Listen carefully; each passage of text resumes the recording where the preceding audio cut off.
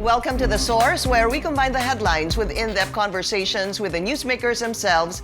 I'm Pinky Webb. Today on the program, President Rodrigo Duterte appeals to the Communist Party to allow free and safe transport of COVID-19 vaccines in far-flung areas.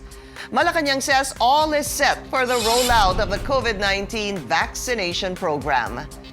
Meantime, the government draws criticisms for allowing state officials and employees to skip testing and quarantine. Netizens, as well as Senator Imee Marcos, are calling the move double standard. Health spokesperson Maria Rosario Vergeire joins us live. And the Commission on Human Rights is investigating police in Silay Negros Occidental for parading quarantine violators as zombies. We speak to Silay Police Chief Major Rolly Pondevilla.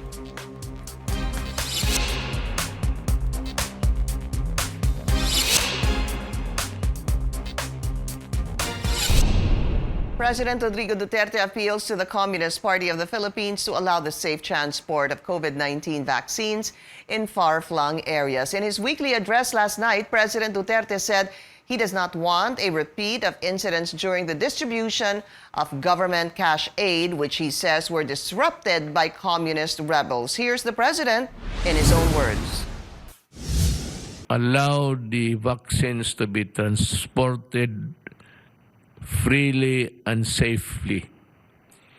I am asking you now to observe that rule, because that is for the Filipino people. As I have said, the money belongs to the Filipino people. The credit goes to no one.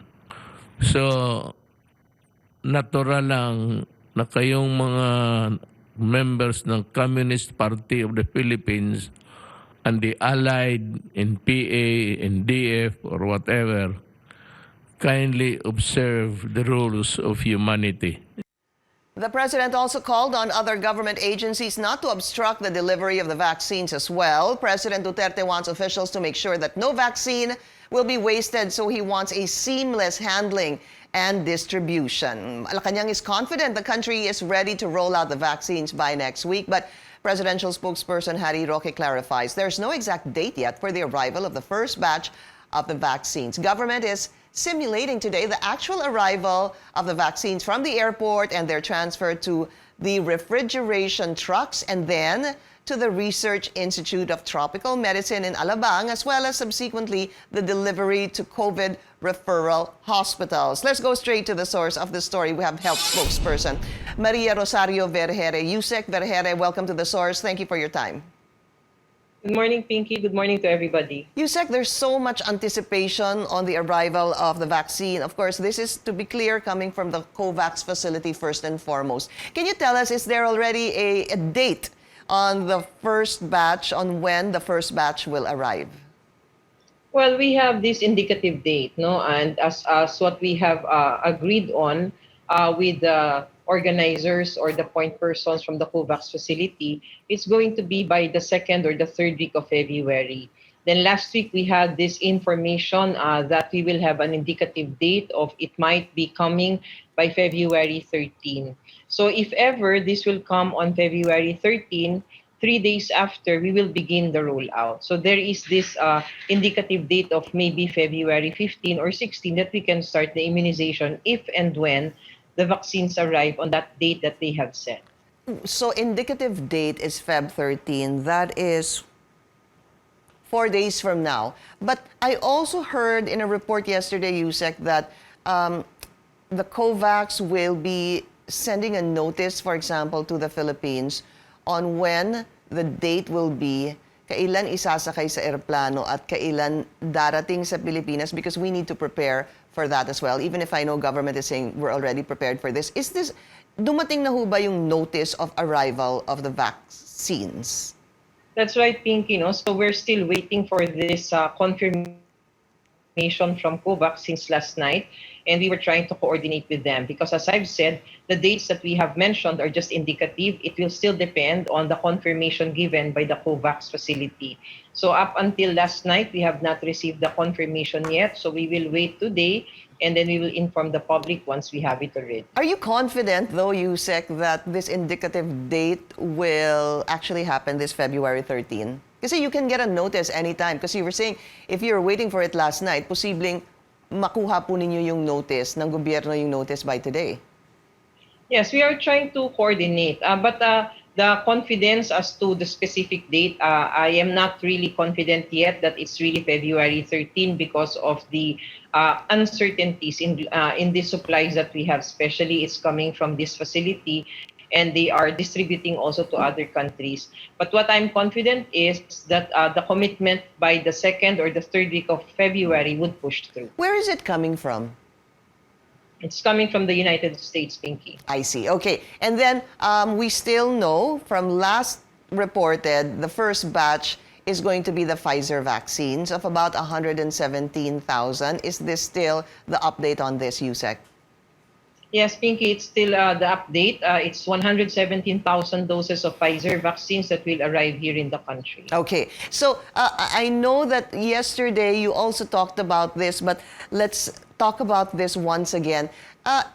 Yusek, once it arrives, say the notice is already given by the COVAX facility, it arrives on, let's just say Feb 15 or Feb 16. So it's obviously boarded on a plane that will arrive here in the airport. The process that it needs to undergo is also very crucial. Can you give us a rundown on how this will happen? Because I do understand, kailangan pa ho ito dumaan sa customs. Yes, that's right, Pinky. No? So we are having that simulation today where we are going to do the step-by-step process from the arrival of the vaccines in the airport. There would be this customs clearance going through the one-stop shop of customs.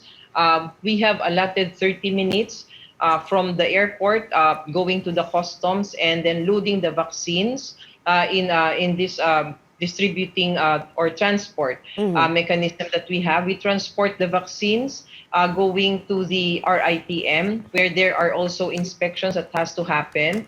And once we have transported to RITM, we also simulate how it's going to be brought down and placed inside the storage facilities of RITM. Once that that has been undertaken, we then again load the vaccines, simulating it so that we can distribute to the different hospital facilities that we have. And then once it has been distributed to the hospitals, we then again look at the mechanisms and the processes to ensure that within these hospital facilities, the potency of the vaccine would still be maintained.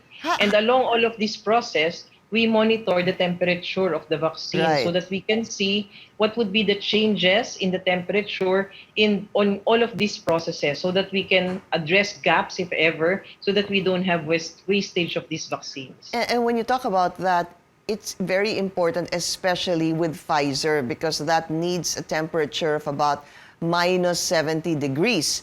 So, where do you see, because if Pfizer indeed will be the first batch, where do you see a possible problem from the arrival to the facility, to RITM, to the hospitals due to its temperature sensitivity?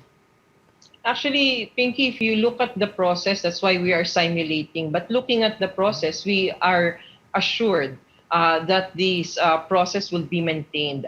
What we are just kind of worried would be the actual vaccination, wherein we have to remove or put out these vaccines out of their storage, and then we have to distribute it already or provide to the individuals that will be vaccinated. So it has to be that the temperature would still be maintained and the appropriate instructions be complied with by our healthcare workers. Yusek, do you know, for example, with Pfizer, if it's supposed to be stored at minus 70, is there a crucial time by which it is not allowed to go down a certain temperature because it may lose its potency?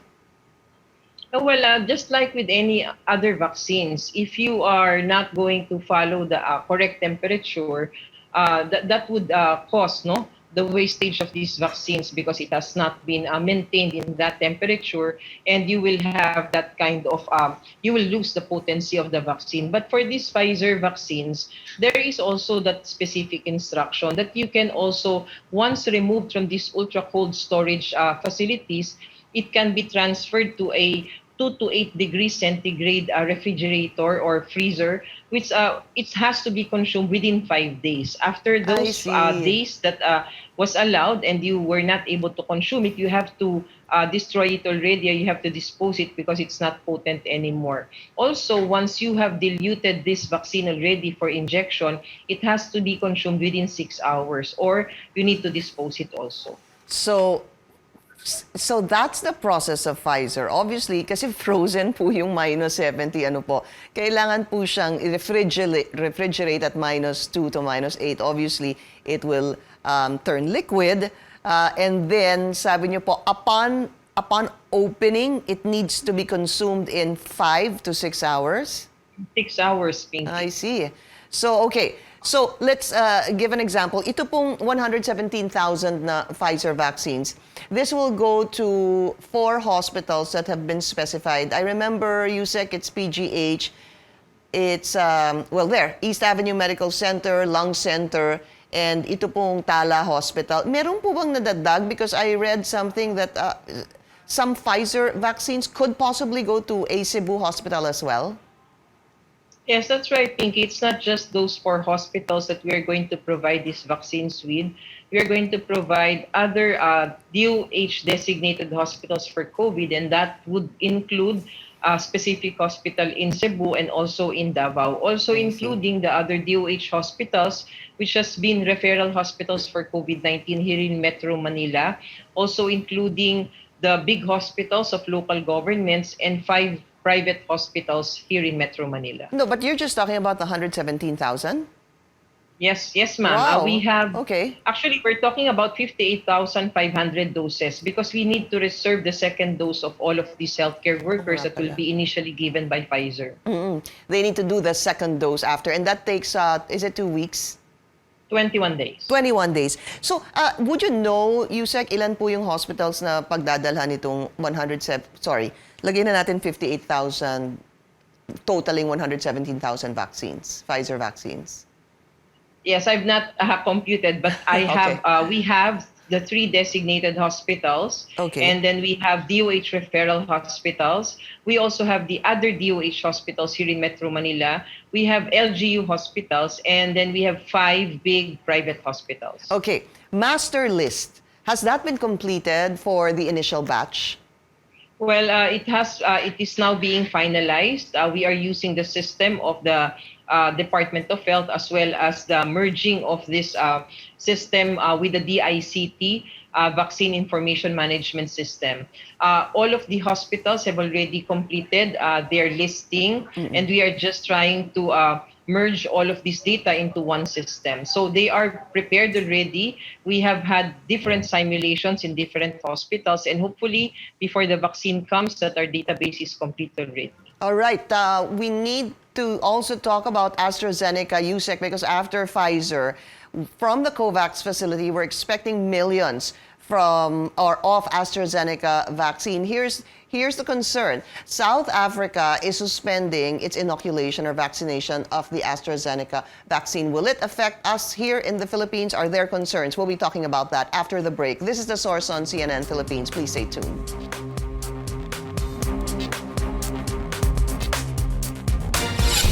You're watching The Source on CNN Philippines. Our guest today, health spokesperson Maria Rosario Vergeire. USEC South Africa already said that it will be suspending its AstraZeneca vaccination because it had failed to prevent mild and moderate cases.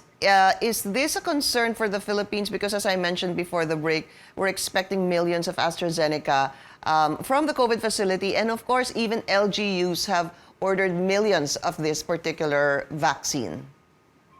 Actually, Pinky, whenever there are these kind of studies or publications that are being issued, of course, we have to study it, the merits of this, the details, no, of these studies. But as of this time, FDA has not issued any revisions in the EUA that has been provided, no, for AstraZeneca. Also, we need to understand that the main objective of our vaccination is for us to be able to reduce these numbers of severe cases in the country, because the vaccine promises lesser chances of having severe infections, therefore lesser chances of hospitalization and lesser chances of dying.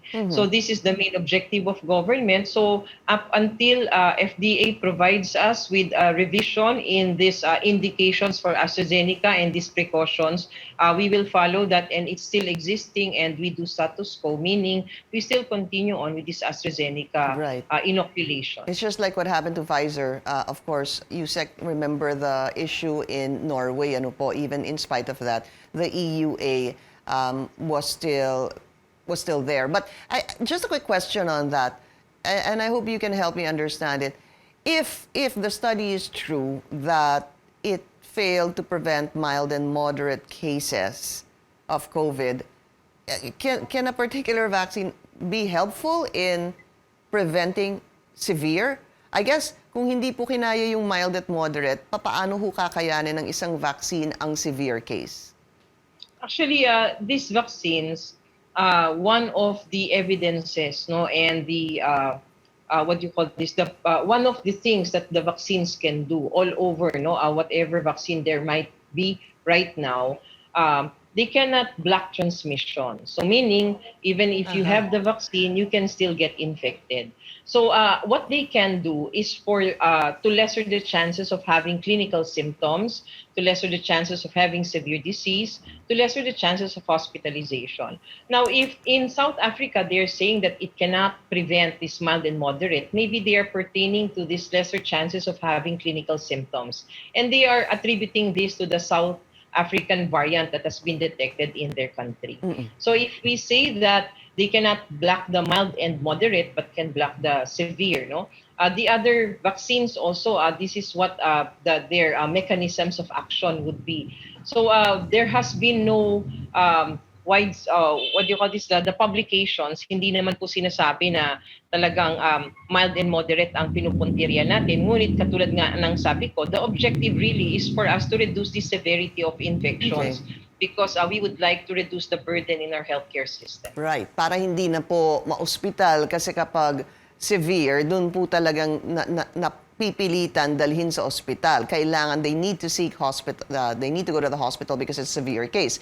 As we see now, we have a lot of asymptomatic and we have a lot of mild cases na quarantine, home quarantine lang. Yeah, there is a South African variant, but let's talk about the UK variant. USEC 22 so far, out of 25 recovered so far from this UK variant. First, have all the close contacts been identified? How many are they? Oh, well, for the initial 17 that were detected with these variants, we were able to identify the close contacts. There has been about more than 300 contacts that were traced, were tested, and were isolated, especially in the region of Cordillera. Now, for these additional 8 that were detected just recently, we are now conducting the intensive contact tracing among all of these individuals that were identified. Okay, so patuloy pa rin po yung close contact dito sa 8 positive UK COVID variant. Yes, ma'am. Okay, but so far, I do believe that some of the tests have already been submitted for genome sequencing. Ito ho ba yung dito sa new 8 or still a part of the first batch? Well, it's yung what was submitted to the Philippine Genome Center were specimens coming from the previous batch. I see. So we just detected this additional 8 last Friday when the results from the genome sequencing was released. So now they are collecting specimens from these different areas so that it can be submitted and included in the processing for this week. Is the Genome Center back to normal operations? There was a report of a lack of lab supplies. Yes, ma'am. We were able to receive already the awaited reagents, and they are going to start already again the 750 runs per week. I see.